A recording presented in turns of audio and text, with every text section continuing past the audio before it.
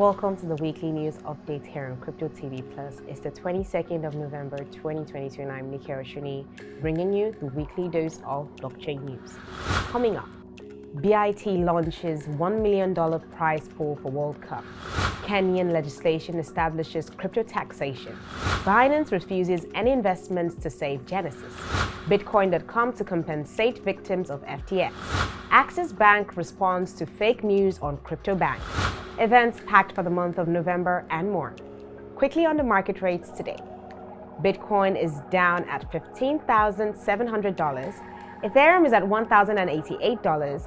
BNB is at $254 and the dollar to naira rate at 779. Now let's get you updated on the crypto weekly news. First up, cryptocurrency exchange BIT introduces its Qatar 2022 World Cup themed campaign ahead of the world's most anticipated sporting event. The campaign launches with a whopping prize pool of $1 million, which will be distributed among eligible participants.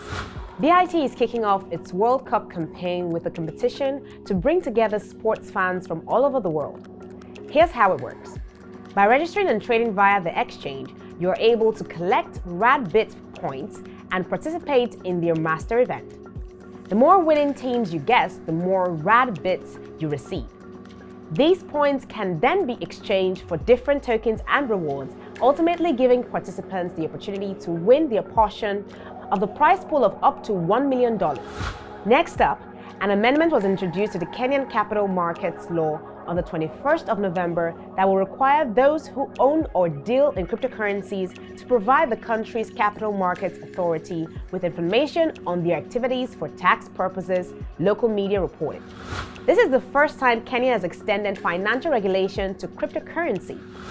Under the Capital Markets Amendment Bill, Kenyans will pay capital gains taxes to Kenyan Revenue Authority when they sell or use their digital currencies. Cryptocurrency held for less than a year will be subject to income tax, while after that, capital gains tax will apply. Kenya has an income tax that ranges from 10% to 30%. Banks already charge an excise duty of 20% on all commissions and fees on crypto trades. The amendment will provide for the definition of digital currencies, its creation through crypto mining, and provide for regulations around trading of digital currencies.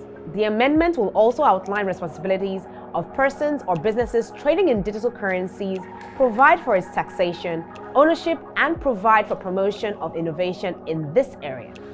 Meanwhile, crypto brokerage firm Genesis Trading is struggling majorly to raise fresh capital in its current time of distress. The crypto lender also approached players like Binance and Apollo Global Management to bid for its loan book. However, sources familiar with the matter said that Binance has decided not to invest in Genesis at this point. Binance believes that some of the Genesis businesses might create a conflict of interest in the future. Over the past few days, Genesis has been planning to raise $1 billion in fresh capital. The reason behind the fresh funding is that the crypto lender is facing a huge liquidity crunch amid massive withdrawals on the platform. Commenting on the current developments, a Genesis spokesperson said that they have no imminent plans of filing for bankruptcy. "We have no plans to file for bankruptcy immediately. Our goal is to resolve the current situation consensually without the need of any bankruptcy filing." Genesis continues to have constructive conversations with creditors. Moving on, Bitcoin.com is launching a program to help victims of centralized crypto insolvencies as the consequences of the massive blowout of FTX have begun to unfold.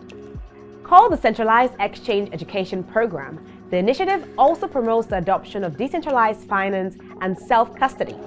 Without revealing further details, the skill will be financed by dedicating 5% of the total supply of Verse, a rewards and utility token for the Bitcoin.com ecosystem.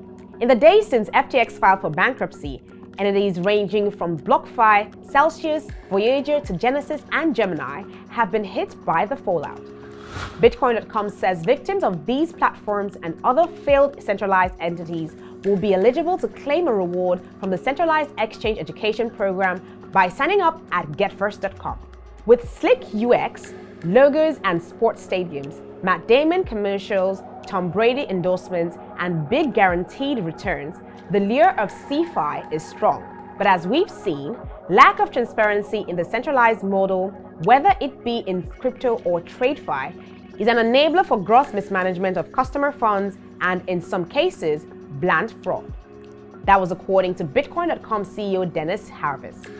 To close off the news today, contrary to this unsubstantiated report being vigorously promoted in some online media, Access Bank PLC has not launched any Bitcoin bank or introduced a cryptocurrency product.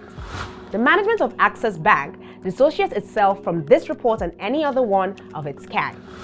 From the original article, it can be seen that photographs of the managing director of Access Bank, Mr. Roosevelt Ogbonna, which were attached to the full story, were illicitly downloaded from Access Bank's social media pages. The images were then manipulated to fit the misleading narrative being promoted in the bogus article. The quotes also attributed to Mr. Ogbonna in the contrived interview are also completely false. For the record, at no time has Mr. Ogbonna granted an interview on the subject of a Bitcoin bank or made any statement on the subject of any cryptocurrency business. On blockchain events in the month of November, Decentral Miami. Decentral Miami is taking place from the 28th to the 29th of November 2022 at the James L. Knight Center, downtown Miami. Decentral Miami claims to be more than just a pure NFT conference. Decentral brings together the DeFi builders and protocols to connect with NFT collectors, artists, and creators. This is a place where DeFi, DAOs, metaverses, NFTs, protocols, and developers meet and collaborate all under one roof. And that's it for the weekly news update here on Crypto TV Plus. For more market updates and all the happenings captured in the world of blockchain and cryptocurrency, visit our website cryptotvplus.com. Also follow us on our social media platforms, Facebook and Twitter at Crypto TV Plus, and on Instagram at Official Crypto TV Plus to get daily info on our programs. Don't forget to subscribe to our YouTube channel and turn on the notification button as well. And just in case you have questions regarding any of our news, join me in the comment section below. Thank you for watching. I'm Nikki Oshini. Until next time.